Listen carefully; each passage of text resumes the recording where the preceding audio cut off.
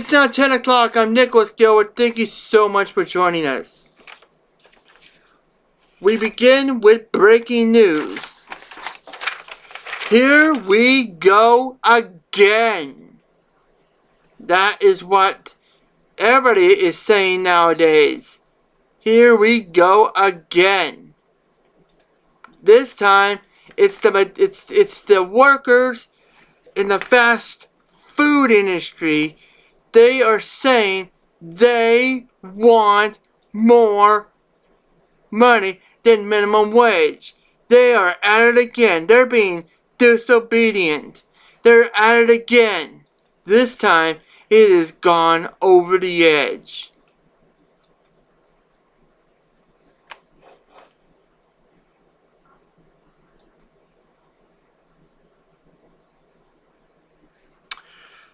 Protests loom in the fast food worker wage dispute. Fast food restaurants expected to be targeted with acts of civil disobedience, and approximately 150 U.S. cities on Thursday. This is about getting attention. McDonald's, Wendy's, and other fast food restaurants. I'm talking about Burger King, Jack in the Box, Chick-fil-A, and of course, the Taco Bell and Del Taco. Oh, brother, this is gonna get ugly. This is going to get ugly. This is going to get ugly. I can tell you, this coming Thursday, this is going to get ugly. On September 4th, we will find out when this will get ugly. Well, it got uglier back in May when protesters gathered outside of the McDonald's Corporation headquarters in Oak Brook, Illinois during the annual shareholders meeting, demonstrating for higher wages and the right to unionize. But on Friday, July 25th, in Chicago, organizers were holding a second convention of fast food workers, and they are discussing how to move forward with the protests and others' actions calling for higher wages. That has been taking place in cities around the country since 2012. 2 years now it's been going on now. You're talking about 2 years now. What is going on here? It's been 2 years and still they have not gotten their minimum wage.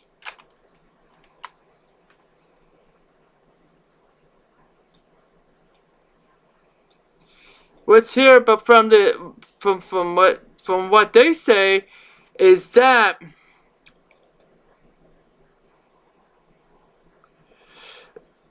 it says right here, the fight for $15 campaign has gained national attention at a time when growing income disparities have become a hot political issue. President Barack Obama renewed his push for Congress to raise minimum wage at a Labor Day appearance in Milwaukee.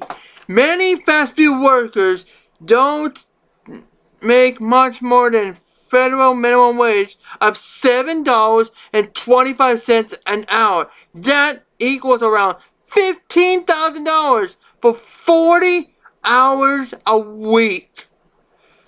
But workers are often subject to an unpredictable schedules and don't know how many hours they'll be given from week to week, since restaurants are careful to avoid paying overtime.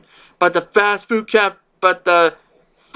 campaign is designed to bring attention to hardships which few customers think when buying burgers and fries, said Catherine Frisk, a professor at labor law at the University of California in Irvine. Overtime, said, that could help change the mindset about fast food jobs, which have historically been seen as difficult to unionize.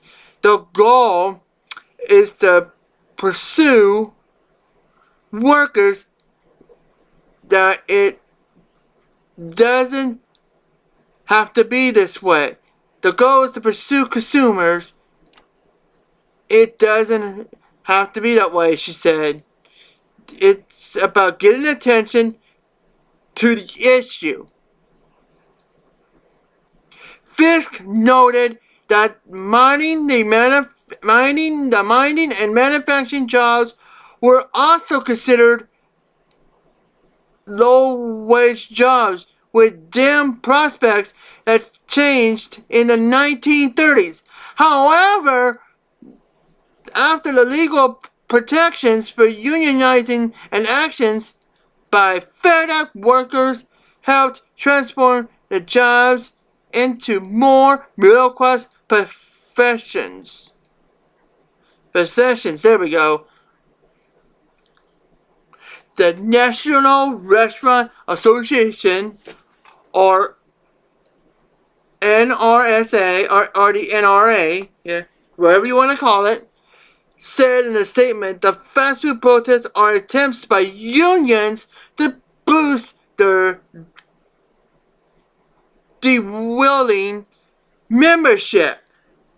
The industry lobbying group said it hopes organizers will be respectful to customers and workers during the protests this week. So far, the campaign and a similar effort on behalf of Walmart workers have been officially handled by Berlin Rosen, a public relations firm known for its political work since the protests began in late 2012, 2 years ago. Organizers have kept the issue in the spotlight by switching up their tactics every few months.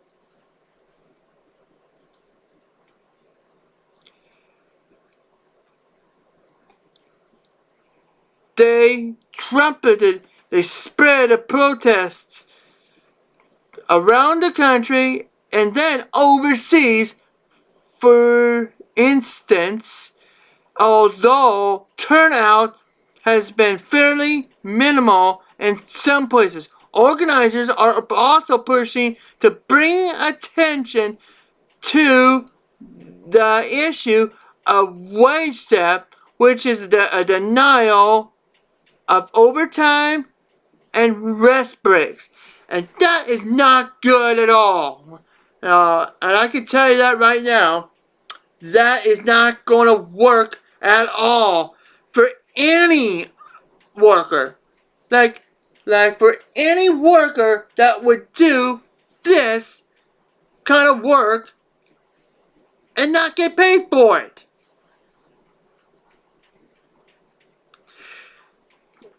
Several lawsuits alleging wage theft by McDonald's and its franchises have been filed in 3 states on behalf of the workers who were referred by labor organizers. McDonald's Corp have said they would investigate the claims.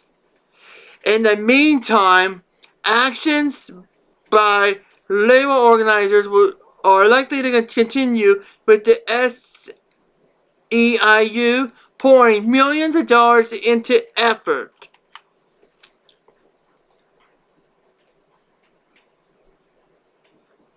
So what does that mean? More protests.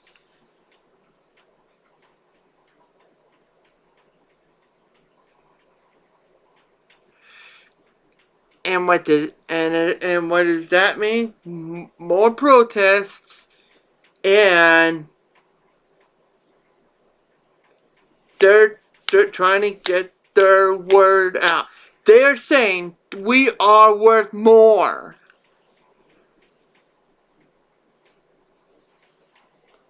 I just cannot believe a lot of people would do this. Okay, in other news, and this really broke my heart when I heard about this. Because you know I'm an Niners fan a lot. This really broke my heart when I saw this story. 49er Ray McDonald accused of domestic violence.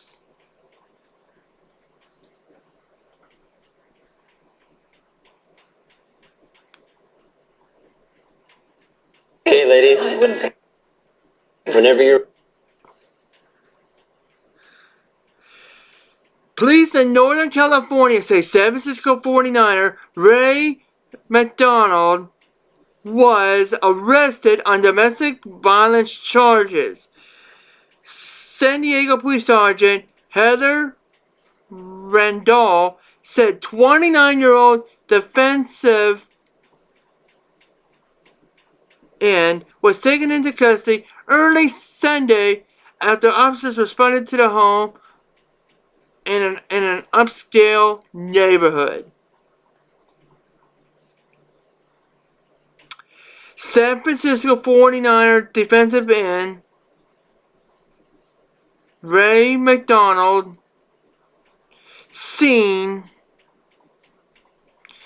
in an updated photo by the San Jose Police Department. There we go. McDonald, 29, was arrested early Sunday, August 31st, 2014, by San Jose Police on a felony domestic violence charges.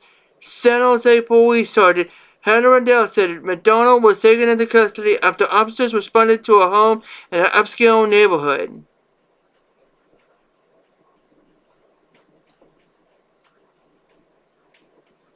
McDonald was jailed on felony domestic violence charges.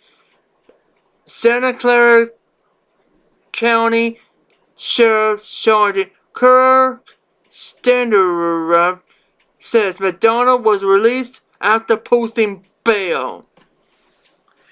NFL Commissioner Roger Goodell announced tougher penalties last week for players accused of domestic violence. Players will be subject to a 6 week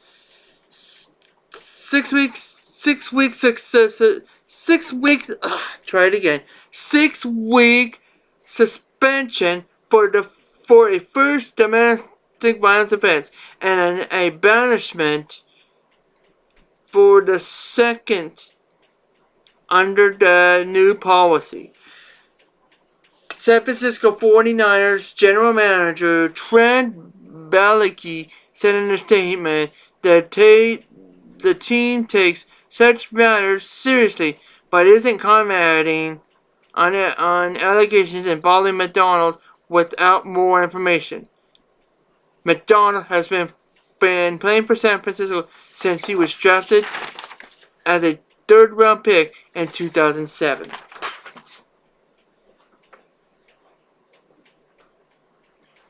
So what do you think? Do you think this new law is good enough? Or do you think it's just something else? I think it's a good law, but it's about time the NFL came up with something like this. I think a 6-game suspension on the first one is a good idea, and a lifetime ban on it, I think that's also a good idea. And I'm thinking that with this idea, it could be a better idea of what we have seen in games before. We'll be right back. You're watching News 42 at 10.